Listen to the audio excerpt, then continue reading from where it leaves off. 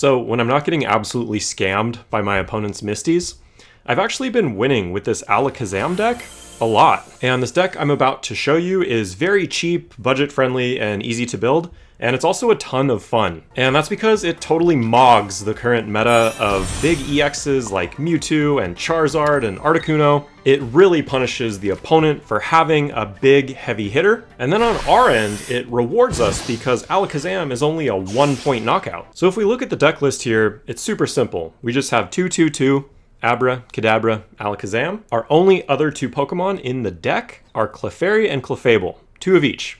And don't sleep on these because they are very just efficient. They're efficient little fairy beaters. And overall, I like a pretty lean list like this with not too many evolution lines going on because it just ensures that we'll get an Abra and be able to ultimately evolve into an Alakazam. And aside from that, we've got a very typical suite of trainers here.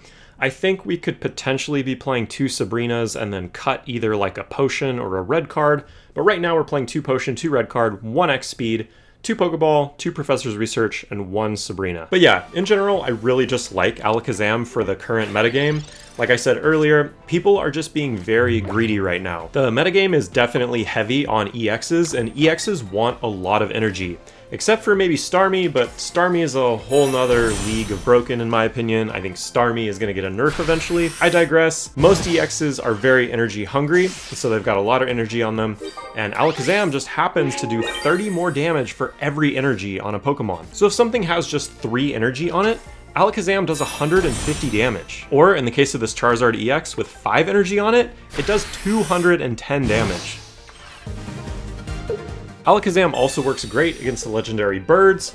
Articuno and Zapdos both require 3 energy for their abilities, so Alakazam can one-shot both of them. And overall, Pokemon Pocket has only been out for like a week and a half at this point, but I think early on in the game and this very early metagame that we're seeing is a little too heavy on EXs. Mewtwo, Charizard, Starmie, Legendary Birds, a few others. The trade-off is still real because you're literally giving up 2/3 of your points if just one gets knocked out.